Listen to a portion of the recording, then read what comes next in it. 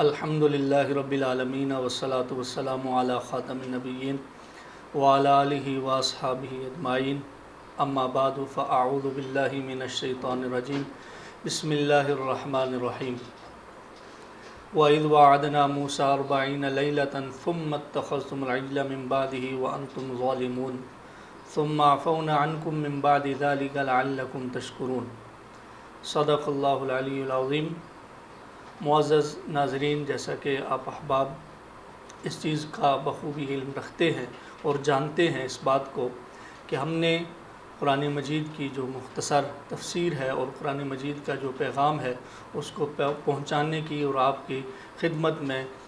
ذکر کرنے کی جو توفیق اللہ رب العزت کی طرف سے ہے وہ شروع کر رکھا ہے۔ اللہ رب العزت ہم سب کو اس بات پر اس چیز پر استقامت عطا فرمائے۔ اللہ رب العزت نے آج جو آیت میں نے پڑھی ہے اس میں ارشاد یہ فرمایا ہے وَإِذْ وَعَدْنَا مُوسَىٰ 40 لَيْلَةً، اور جب ہم نے موسیٰ علیہ السلام سے 40 راتوں کا وعدہ کیا۔ ثُمَّ اتَّخَذْتُمُ الْعِجْلَ مِن بَعْدِهِ وَأَنْتُمْ ظَالِمُونَ، پھر تم نے بنا لیا بچھڑے کو معبود اس کے بعد وَأَنْتُمْ ظَالِمُونَ، اور تم ظلم کرنے والے تھے۔ اس آیت میں اللہ رب العزت نے ارشاد فرمایا کہ ہم نے موسیٰ علیہ السلام سے وعدہ فرمایا 40 راتوں کا۔ ایک جگہ پر 9ویں پارے میں اللہ رب العزت نے فرمایا وَوَعَدْنَا مُوسَىٰ 30 لَيْلَةً، ہم نے موسیٰ علیہ السلام سے 30 راتوں کا وعدہ فرمایا۔ وَأَتْمَمْنَاهَا بِعَشْرٍ، اور پھر ہم نے ان کو مکمل کیا، تمام کیا 10 کے ساتھ۔ فَتَمَّ مِيقَاتُ رَبِّهِ 40 لَيْلَةً، یعنی گویا کہ پھر وہ 40 راتیں ہوگی۔ پہلے 30 راتوں کا وعدہ ہوا، پھر 10 اور ملا لی گئی تو گویا 40 ہو گئی۔ اور یہاں پر سیدھا سیدھا اللہ رب العزت نے فرمایا کہ ہم نے موسیٰ علیہ السلام سے 40 راتوں کا جو ہے وہ وعدہ فرمایا۔ موسیٰ، لفظ موسیٰ کے حوالہ سے اگر گفتگو کی جائے تو اہل لغت اور اہل تفسیر جو ہے ان کا اس بارے میں مذہب کچھ یوں ہے کہ فرماتے ہیں کہ موسیٰ اصل میں لفظ تھا موشا، شین کے ساتھ، جس کا مطلب ہے درخت اور جھنڈ۔ تو پھر یہ جب عبرانی سے عربی کی طرف منتقل ہوا تو شین کو سین سے بدل دیا گیا۔ بہت سارے ایسے الفاظ ہیں جو ایک لغت میں الگ لفظ رکھتے ہیں، لیکن جب وہ دوسری لغت میں پہنچ جاتے ہیں تو پھر اس صورت میں اس کے اندر کمی اور بڑھاؤ جو ہے وہ کر دیا جاتا ہے۔ اسی طرح لفظ جو ہے اس کو تبدیل کر دیا جاتا ہے۔ تو موسیٰ اصل میں موشا تھا، تو پھر عربی کے اندر جب اس کا انتقال ہوا، منتقل ہوا عربی کے اندر، تو پھر اس صورت میں یہ شین سے سین کی طرف بدل گیا۔ ویسے لفظ موسیٰ جو ہے عربی کے اندر اس کا مطلب اس طرح لیا جاتا ہے، لیکن ایسا مطلب نہیں ہے، بلکہ یہ کیونکہ موشا عربی زبان کا لفظ نہیں بلکہ عبرانی زبان کا لفظ تھا، جس کا مطلب ہے درخت اور جھنڈ۔ اللہ رب العزت نے 40 راتوں کا موسیٰ علیہ السلام سے وعدہ فرمایا۔ بنی اسرائیل جب فرعون سے نجات حاصل کر کے اپنا ایک الگ حیثیت اور الگ ایک قوم کی حیثیت سے دنیا پر ابھرے تو اس صورت میں ان کے پاس ایسی کوئی چیز نہیں تھی کہ جس سے یہ ہدایت حاصل کر سکے۔ اللہ کے نبی تو موجود تھے ہی، حضرت سیدنا موسیٰ علیہ السلام، سیدنا ہارون علیہ السلام، وہ تو موجود تھے ہی، لیکن ایسی کوئی کتاب نہیں تھی، کوئی قانون نہیں تھا کہ جس کے ساتھ یہ ہدایت حاصل کر سکیں۔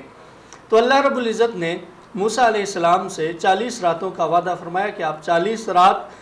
میرے پاس تشریف لائیں۔ تو ان 40 راتوں میں اللہ رب العزت نے موسیٰ علیہ نبینا علیہ السلام کو جو تورات ہے وہ جو ہے وہ عطا فرمانی تھی۔ 40 راتوں کے لیے موسیٰ علیہ السلام جو ہے وہ اللہ رب العزت کی حضور کوہ طور پر چلے گئے۔ یہ 40 راتیں کون سی تھی؟ مفسرین کرام اس حوالہ سے بھی گفتگو کرتے ہوئے فرماتے ہیں کہ وہ 30 راتیں تو ذوالقعدہ کی تھیں اور 10 جو ہے وہ ذوالحجہ کی راتیں تھیں۔ تو اس سے بھی ہمیں پتہ چلتا ہے کہ جو ماہ ذوالقعدہ ہے یہ کتنا عظیم ہے، اور ذوالحجہ کی ابتدائی 10 راتیں جو ہیں وہ کتنی عظیم ہیں، جن میں سیدنا موسیٰ علیہ نبینا علیہ السلام کو اللہ رب العزت نے تورات کی جو نعمت ہے اس سے سرفراز فرمایا۔ قرآن مجید کے مختلف مقامات میں مختلف اعتبار سے اس کی تفسیر کی گئی ہے۔ یہ بھی میں اکثر بات کرتا رہتا ہوں کہ قرآن مجید جو ہے یہ لوگوں کی ہدایت کے لیے، اور اس کے اندر جتنے بھی واقعات ہیں وہ ایز اے واقعات نقل نہیں کیے گئے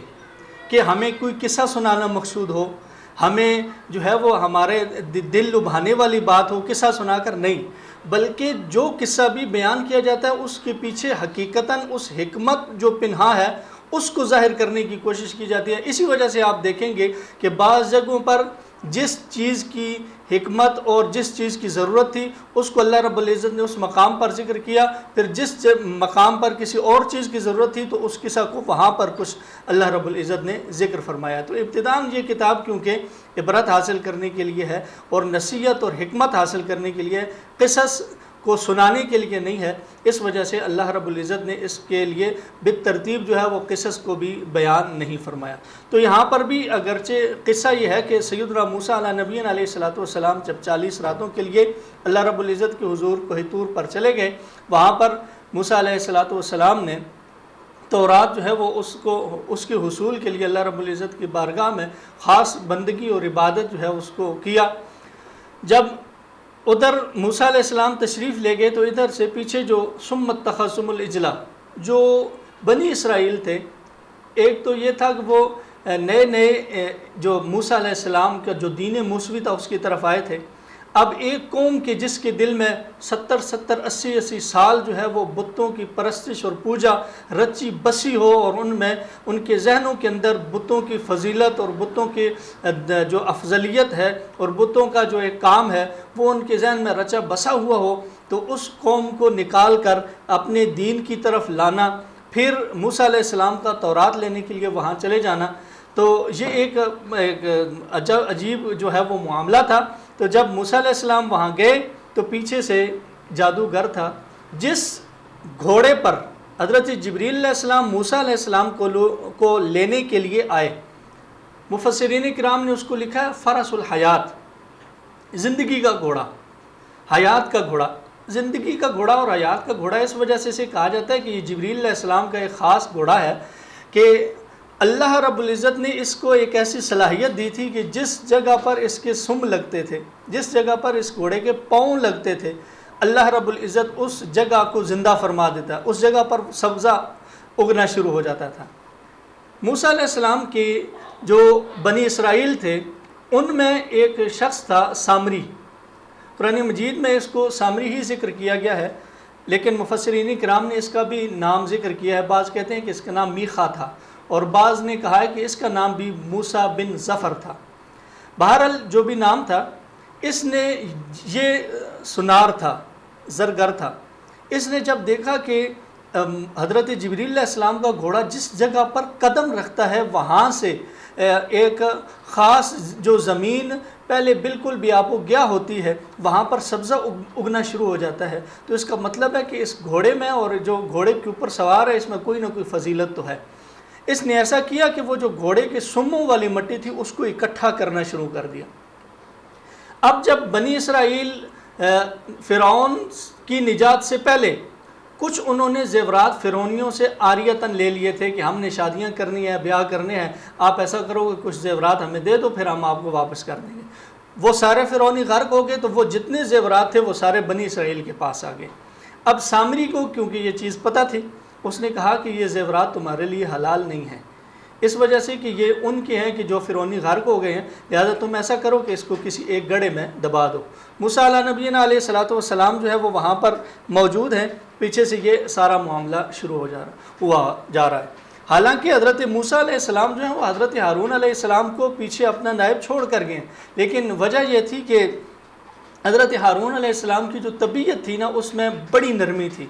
بڑی شفقت تھی، آپ قوم کو پیار سے سمجھاتے رہتے، لیکن ظاہر ہے قوم تھی وہ پیار سے سمجھنے والی نہیں تھی، قرآن مجید میں بے شمار ان کے واقعات ہیں، انشاءاللہ آگے آئیں گے تو وہ میں ذکر کروں گا کہ موسیٰ علیہ السلام نے ان سے کہا کہ چلو وہ جنگ کرتے ہیں، تو انہوں نے کہا فضا بنتا رہو ربک، آپ جاؤ اور آپ کا رب جائے وہاں دونوں جنگ کرو، ہم یہاں پر بیٹھے ہوئے ہیں، ہم نہیں جنگ کے لیے جانے والی۔ ایسی عجیب قوم تھی۔ تو موسیٰ علیہ السلام جو خلیفہ تھے حضرت ہارون، انہوں نے ان کو بڑا سمجھایا لیکن یہ سمجھے نہیں، سامری کی باتوں میں آ گئے۔ وہ جتنا زیور تھا وہ سارے کا سارا سامری نے اکٹھا کیا، تو اس سے ایک بچڑا بنایا، بچڑا بنا کر اب جو خاک تھی حضرت جبریل کے سموں کی خاک، اس سب کو اکٹھا کر کے اس نے اس بچھڑے کے منہ میں ڈال دیا۔ اب وہ بچھڑے کے منہ میں ڈالا تو ظاہر ہے اس بچھڑے نے بھی آوازیں نکالنا شروع کر دی۔ اب بنی اسرائیل نے جو ہی یہ چیز دیکھی، یہ حالت اور کیفیت دیکھی، تو انہوں نے فوراً اس بچھڑے کو سجدے کرنے شروع کر دیے، اس بچھڑے کو معبود بنانا شروع کر دیا اور اس کی عبادت میں لگ گئے۔ مفسرین کرام نے لکھا ہے کہ حضرت سیدنا ہارون علیہ نبینا علیہ الصلوۃ والسلام اور آپ کے علاوہ 7 سے 8 ہزار آدمی تھے جنہوں نے ایسا نہیں کیا، باقی جتنے اسرائیلی تھے ان سب نے جو ہے وہ ایسا کیا اور بچھڑے کی جو ہے وہ پرستش میں لگ گئے۔ ہوا کچھ یوں کہ کچھ باتیں ایسی بھی تھیں کہ انہیں بھی مغالطہ ہوا، سامری نے ان کو مغالطہ دیا، حالانکہ دن اور رات کو اکٹھا کر کے تو ایک دن جو ہے وہ یوم شمار کیا جاتا ہے،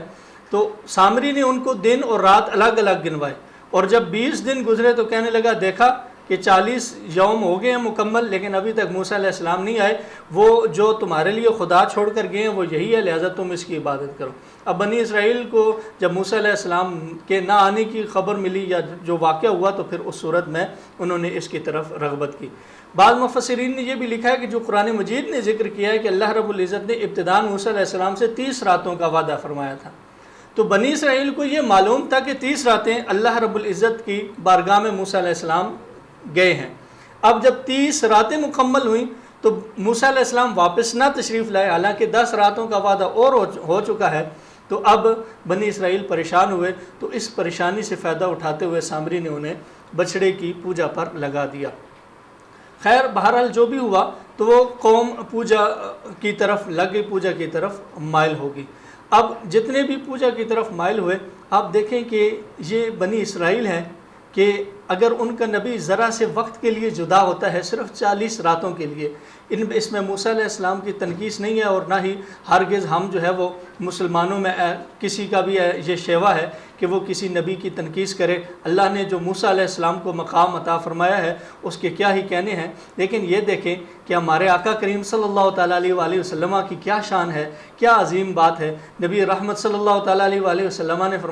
فرمایا میری امت میں ہر برائی لوٹ سکتی ہے، بلکہ ایک حدیث میں فرمایا، رسول اللہ نے بخاری شریف کی حدیث میں فرمایا میری امت دنیا، مجھے ڈر ہے کہ وہ دنیا کی طرف راغب ہو جائے گی۔ آپ دیکھیں کہ آج ایسا ہی ہو رہا ہے کہ فرمایا دنیا کی طرف مجھے اس کی رغبت کا ڈر تو ہے، لیکن یہ ڈر نہیں ہے کہ وہ دوبارہ شرک کی طرف لوٹ جائے گی، کہ شرک کی طرف نہیں لوٹ سکتی۔ لیکن ادھر موسیٰ علیہ السلام ہے، 40 راتوں کے لیے ان سے جدا ہوتے ہیں، تو وہ سارے کے سارے جو ہے وہ اکثر ان میں سے شرک کی طرف لوٹ جاتے ہیں اور بچھڑے کی پوجا کو اختیار کر لیتے ہیں۔ تو یہ بھی ایک نبی رحمت صلی اللہ تعالیٰ علیہ وآلہ وسلم کا فیض ہے کہ آپ نے جو حضور علیہ الصلوۃ والسلام نے جو صحابہ کی تربیت کی، پھر اس کے بعد صحابہ نے تابعین کی تربیت کی، اور تربیت کا سلسلہ یہ قیامت تک جاری ہے۔ رسول رحمت صلی اللہ تعالیٰ علیہ وآلہ وسلم نے فرمایا کہ میری امت کبھی بھی شرک پر اکٹھے نہیں ہو سکتی، ایسا ہو جائے کہ امت محمدیہ ساری کی ساری جو ہے وہ شرک کرنا شروع کر دے۔ اب اللہ رب العزت نے اس کے بعد فرمایا من بعدہ وانتم ظالمون، جب تم نے بچھڑے کو معبود بنا لیا، اس کے بعد وانتم ظالمون، اور اس حالت یہ تھی کہ تم ظلم کرنے والے تھے۔ جو شرک کرتا ہے تو وہ حقیقتاً ظالم ہے، یعنی اللہ رب العزت کا جو مقام ہے تو اس چیز کا جو مقام نہیں ہے وہ اللہ رب العزت کا مقام اس چیز کو دیا جانا، یہ گویا کہ ظلم ہے۔ اب جب یہ ساری باتیں ہو گئی، ثم عفونا عنکم من بعد ذلک لعلکم تشکرون، اللہ اکبر، فرمایا ہم نے ثم پھر عفونا ہم نے معاف کیا عنکم تمہیں من بعد ذلک بعد اس واقعہ کے لعلکم تشکرون تاکہ تم شکر گزار بن جاؤ، تاکہ تم جو ہے وہ شکر کرنے والے بن جاؤ۔ علماء و مفسرین نے یہاں پر شکر کی تعریف یہ لکھی ہے، فرمایا کہ اپنے ظاہری اعضاء سے اور اپنے باطنی اعضاء سے اللہ رب العزت کا جو ہے وہ اللہ رب العزت کی فرما برداری کرنا، اس کا نام ہی شکر ہے۔ اسی طرح مفسرین نے یہ بھی لکھا کہ شکر سے مراد یہ بھی ہے کہ اللہ کی نعمت کو ہر وقت یاد رکھو کہ یہ نعمت اللہ نے مجھے عطا کی ہے، یہ نعمت اللہ رب العزت نے مجھے عطا کی ہے، اور اگر یہ نعمت میرے پاس نہ ہوتی تو پھر کیا ہوتا، یقیناً جو ہے وہ بگاڑی پیدا ہوتا۔ اس کے حوالے سے بھی ایک بات کرتا چلوں، حضرت شیخ سعدی رحمہ اللہ تعالیٰ، بڑی مشہور حکایت ہے، آپ رحمہ اللہ تعالیٰ کیونکہ سیاح تھے اور بڑا جو ہے وہ سفر کیا کرتے تھے، تو ایک دفعہ آپ سفر کے لیے نکلے اور سفر کر رہے ہیں، آپ کے پاس جو ہے وہ پاؤں میں جوتی نہیں ہے، دل میں نالاں ہوئے، پریشان ہوئے، اور شکوہ کرنا جو ہے وہ شکوہ کرنے کی غرض سے آپ جو ہے وہ یہ گویا دل میں سوچا کہ ہم اللہ کے لیے نکلے ہیں، اللہ کی راہ پر جو ہے وہ نکلے ہوئے ہیں، اس کے باوجود بھی ہمارے پاؤں میں جوتی تک نہیں ہے۔ جب آپ مسجد کے دروازے پر پہنچے تو آپ نے دیکھا کہ ایک شخص ہے جس کے پاس پاؤں ہی نہیں ہے، جس کے پاؤں ہی نہیں ہے۔ فوراً مسجد میں گئے، 2 رکعت نماز نفل ادا کیے اور یہ دعا کی، الہی تیرا کرم ہے کہ تو نے ہمیں جوتی اگرچہ نہیں دی پر چلنے کے لیے پاؤں دے دیے ہیں، یہی تیرا شکر ہے۔ انسان اللہ رب العزت نے جس طرح فرمایا نا وَقَانَ الْإِنسَانُ کفورا، انسان جو ہے وہ نا شکرہ ہے، وہ ناشکری کرنے میں بڑا ماہر ہے۔ اگر وہ اپنے وجود پر ہی دیکھے تو اللہ رب العزت نے اس کو اتنی نعمتیں عطا کی ہیں کہ ایک ایک نعمت کا، ایک ہی نعمت کا اگر وہ ساری زندگی شکر ادا کرنے میں لگ جائے تو نہیں کر سکتا۔ آپ دیکھ لیں کہ اب شکر کے حوالے سے بھی گفتگو طویل ہو جائے گی۔ آپ دیکھیں کہ اللہ رب العزت نے انسان کو ہر سانس کے بدلے میں ایک نعمت دے رکھی ہے کہ یہ سانس جب اندر آئے تو اندر جائے تو پھر بھی یہ نعمت ہے، کیونکہ اندر جائے اور باہر نہ آئے تو یہ بھی ایک عذاب ہے، اور اسی طرح سانس باہر آئے اور پھر دوبارہ اندر نہ جائے تو اس سانس کے آنے جانے میں بھی 2 نعمتیں ہیں کہ ایک باہر آنا اور دوسرا اندر جانا۔ اگر آپ دیکھ لیں کہ یہی نظام گڑبڑ ہو جائے تو انسان جو ہے وہ موت کے قریب پہنچ جاتا ہے اور وہ زندگی سے ہاتھ دھو بیٹھتا ہے۔ تو اللہ رب العزت کی ہماری زندگی پر ہر لمحے پر، ہر گھڑی پر، بلکہ لمحہ کی بھی جو اندر بے شمار چیزیں ہیں اس پر بھی اللہ رب العزت کی ہمارے اوپر نعمتیں برستی ہیں، لیکن ہم جو ہے وہ ان کو دیکھتے نہیں ہیں۔ ثم عفونا عنکم، اب انہوں نے اتنا بڑا گناہ کیا، موسیٰ علیہ السلام نے ان کو تبلیغ کی، اتنا بڑا گناہ کیا، بچڑے کی پوجا میں شروع ہو گئے، لیکن اس کے باوجود اللہ رب العزت نے فرمایا ہم نے تمہیں معاف کیا۔ اب اللہ رب العزت کی رحمت جو ہے وہ کتنی وسیع ہے اور میرے رب کی رحمت کتنی عظیم ہے کہ وہ رب کہ جو ان کو بے شمار نعمتیں عطا کرتا ہے۔ ابھی اگلی آیتوں میں آئے گا کہ اللہ رب العزت نے میدان میں انہیں بھیجا تو ان کو گرمی محسوس ہوئی تو بادلوں کے ذریعے سایہ فرما دیا، ان کو بھوک محسوس ہوئی تھی اللہ رب العزت نے ان کے لیے من و سلوہ کا نزول فرمایا، انہوں نے کہا کہ ہم یہ کھا کھا کر تنگ آ چکے ہیں تو اللہ رب العزت نے ان کے لیے تھوم، پیاز، لہسن اور مسور کی دال وغیرہ اس کا اہتمام فرما دیا۔ اللہ رب العزت نے ان کو فرعون سے نجات دی، اللہ رب العزت نے ان کو جو ہے وہ سمندر سے باہر نکالا اور سمندر سے نجات عطا فرمائی۔ اللہ رب العزت نے اس فرعون سے انہیں نجات عطا فرمائی کہ جو ان کے بچوں کو قتل کرنے والا تھا، ان کی عورتوں کو زندہ رکھنے والا تھا۔ اتنی نعمتیں دینے کے بعد بھی اب انہوں نے شرک کیا تو قاعدہ تو یہ تھا، قانون تو یہ تھا، پھر ان کو سخت سے سخت سزا دی جاتی۔ لیکن میرے رب کی رحمت کتنی بڑی ہے، کتنی وسیع ہے، آپ اس سے اندازہ لگا سکتے ہیں کہ انہوں نے اتنا بڑا گناہ کیا، رب کے ساتھ شریک کیا، اس کے باوجود بھی جب وہ توبہ کے لیے حاضر ہوئے تو اللہ رب العزت نے فرمایا ثم عفونا عنکم، پھر ہم نے انہیں معاف کیا، من بعد ذالک، بعد اس کے، لعلکم تشکرون، شاید کہ وہ تم میں سے جو ہے وہ شکر گزار ہو جائیں، شاید کہ تم شکر گزار بن جاؤ اور تم جو ہے وہ شکر ادا کرنے لگ جاؤ۔ تو معزز سامعین، ان آیات سے اب اگلی آیات کا مضمون بھی انہی کی طرح ہے، انشاءاللہ العزیز وہ اگلے جو درس ہے اس کے اندر جو ذکر کریں گے کہ ان کی توبہ جو ہے وہ اللہ رب العزت نے قبول کی کیسے، وہ توبہ کرنے کا طریقہ کیا تھا کہ جو اللہ رب العزت نے جنہوں نے شرک کیا ان کی پہچان کیسے ہوئی، اور پھر اللہ رب العزت نے ان کی توبہ جو ہے وہ کیسے قبول فرمائی۔ ان آیات سے ہمیں کیا جو ہے وہ سبق حاصل ہوتا ہے؟ ہمیں سبق یہ حاصل ہوتا ہے کہ ہمیں جو اپنے نبی، اپنے رسول تعلیمات دے کر گئے ہیں ان سے اعراض نہیں کرنا چاہیے، ان سے بیزاری جو ہے اس کا ثبوت نہیں دینا چاہیے، بلکہ ان کو اپنانا چاہیے، ان کی اطاعت کرنی چاہیے، رسول رحمت صلی اللہ تعالیٰ علیہ وآلہ وسلم کی فرما برداری کرنی چاہیے۔ بصورت دیگر ہم میں اور ان میں پھر جو ہے وہ کوئی فرق نہیں ہوگا۔ اب جو موسیٰ علیہ السلام کی نافرمانی کرے اللہ رب العزت جو ہے وہ اسے سخت سزا دے گا، تو جو محمد رسول اللہ صلی اللہ علیہ وآلہ وسلم کی نافرمانی کرے تو اندازہ لگائیں کہ پھر اس کے جو ہے عذاب اس کا کیا عالم ہوگا۔ یہی آخر میں دعا ہے کہ اللہ رب العزت ہمیں نبی رحمت صلی اللہ تعالیٰ علیہ وآلہ وسلم کی جو اطاعت ہے اور ساری زندگی اس اطاعت کو اپنانے کی توفیق عطا فرمائے۔ یہ بھی یاد رکھیں کہ توبہ جو ہے وہ اس وقت تک ہے کہ جب تک دم نزع طاری نہیں ہے۔ نزع کا عالم ہو گیا تو پھر اس وقت توبہ بھی قابل قبول نہیں ہوگی۔ نزع سے پہلے جب بھی جس وقت بھی چاہے بال سفید ہیں کالے ہیں تو اس وقت توبہ کر لو، اللہ رب العزت جو ہے وہ قبول فرمائے گا۔ اور یہ بھی یاد رکھیں کہ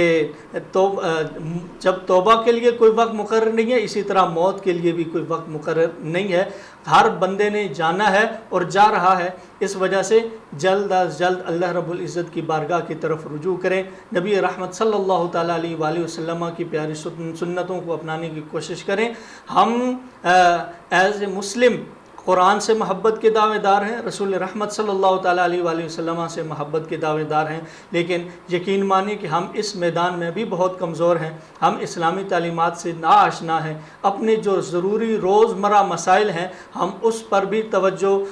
کے لائق ہیں کہ اس پر ہمیں توجہ دینی چاہیے۔ آخر میں یہی التجا اور دعا ہے کہ اللہ رب العزت ہمیں قرآن کی تعلیمات، نبی رحمت صلی اللہ تعالیٰ علیہ وآلہ وسلم کے بتائے ہوئے طریقہ اور راستہ پر چلنے کی اور عمل کی جو ہے وہ توفیق عطا فرمائے۔ ایک پیغام ہے کہ وہ یہ کہ چند دن پہلے ذو الحجہ کے جس دن عید الاضحیٰ تھی، مسلمانوں کے اس دن دلوں کو رنجیدہ کیا گیا۔ ہر مسلمان تکلیف دہ ہے اور ہر مسلمان جو ہے وہ سخت پریشان اور غمگین ہے کہ اللہ رب العزت کی جو لاریب کتاب ہے، جس کے اندر نہ کوئی شک ہے اور نہ ہی کوئی شک کرنے کی جگہ ہے، اس کی گستاخی کی گئی، اس کو جلایا گیا۔ اور یہ کام صرف یہ نہیں کہ کسی بندے نے کیا، بلکہ اس کے کرنے کا آرڈر باقاعدہ طور پر عدالت نے جو ہے وہ جاری کیا آزادی اظہار کے رہ پر۔ ایسا ہرگز ہم جو ہے وہ اس کی بھرپور مذمت کرتے ہیں، اور ہر مسلمان جس کا دل رنجیدہ ہے وہ اس بات کی مذمت کرتا ہے اور اپنے جو ہے وہ جو مسلمان ہونے کا حق ہے وہ ادا کرنا حقیقتاً ہی یہی ہے کہ ہم اس کی مذمت کریں اور بھرپور مذمت کریں۔ دل بڑا رنجیدہ ہے، ہمارے حکمران بھی جو ہے وہ ہوش نہیں سنبھال رہے، ان کو بھی ہوش سنبھالنا چاہیے۔ افسوس کی بات ہے یہ دنیا کب تک ہے کسی کو معلوم نہیں ہے۔ اور دوسری یہ بات کہ یہ مال و دولت اس سانس تک اٹکے ہوئے ہیں کہ جو سانس آپ کے جسم میں اوپر نیچے جا رہی ہے، جب تک یہ سانس ختم اس کے بعد مال جو ہے وہ وارثوں کے حوالے کر دیا جائے گا اور آپ کے ساتھ وہی جائے گا جو آپ کے اعمال ہوں گے۔ افسوس کی بات یہ ہے کہ کسی نے بھی ابھی تک بھرپور جو ہے وہ ایک نہ تو احتجاج ریکارڈ کروایا حکمرانوں میں سے، اور نہ ہی جو ہے ایک مضبوط پیغام دیا ہے کہ قرآن مجید ہماری جان ہے، ہمارا ایمان ہے، ہماری شان ہے، اور اسی کی وجہ سے ہماری عظمتیں ہیں۔ اور اگر ہماری سروں کی پگڑیاں برقرار ہیں، ہماری ماؤں کی عزتیں گھروں میں برقرار ہیں تو وہ فقط قرآن کی وجہ سے ہیں۔ اگر عظمت قرآن پر پہرا دینے کی باری آئی اور ہمارے یہ حکمران سوئے رہے تو پھر اس صورت میں افسوس اور قابل مذمت ہی بات ہو سکتی ہے۔ اس کے علاوہ اور کچھ کہنا نہ تو ہم گالی جو ہے وہ دے سکتے ہیں، اور فقط اتنا ہی کہہ سکتے ہیں کہ افسوس صد افسوس، اپنے گربان میں خود جھانکنا چاہیے کہ جہاں مسلمانوں کا لیڈر ہونے کا اور مسلمانوں کا جو ہے وہ ایک سربراہ ہونے کا اعزاز آپ کو حاصل ہے تو وہیں پر آپ مسلمانوں کی آواز بن کر قرآن مجید کی بھرپور مذمت کریں۔ مجھے تو شاید اس بات پر بھی شک ہے کہ یہ ایک دو بیان جو یہ جاری کرتے ہیں کہ قرآن مجید جنہوں نے گستاخی کی ہے ہم ان کی مذمت کرتے ہیں، شاید یہاں پر ہمارے سامنے مذمت کر کے بعد میں انہی کے سامنے جو ہے وہ گھٹنے ٹیک کر معافی مانگنے والے ہوں۔ اللہ رب العزت سے یہ دعا ہے، اللہ رب العزت ہمارے ملک کی حفاظت فرمائے۔ انتہائی حالات آپ بھی جانتے ہیں، میں بھی جانتا ہوں، بڑے لوگ تکلیف دہ ہیں، اوپر سے پھر غیر مسلم جو ہیں اس ملک کو جو ہے وہ کڑی نظر سے دیکھ رہے ہیں، سخت نظر سے دیکھ رہے ہیں اور اس ملک کو ٹکڑے ٹکڑے کرنے کے خواہش مند ہیں۔ اللہ رب العزت سے یہ دعا ہے کہ ہمارا ملک سلامت رہے، ہمارے ماؤں کی عزتیں سلامت رہیں، ہماری قرآن کی ناموس جو ہے وہ سلامت رہے، اور جو اس کے خلاف عرضہ سرائی کرتے ہیں، جو قرآن مجید کو تکلیف دے کر ہم مسلمانوں کو رنجیدہ کرتے ہیں، اللہ رب العزت کی بارگاہ میں ہم ان کا مقدمہ پیش کرتے ہیں، الہی ان کو نیست و نابود فرما اور ان کو تمام عالم کے لیے جو ہے وہ عبرت کا نشان بنا۔ وما توفیقی الا باللہ رب العالمین۔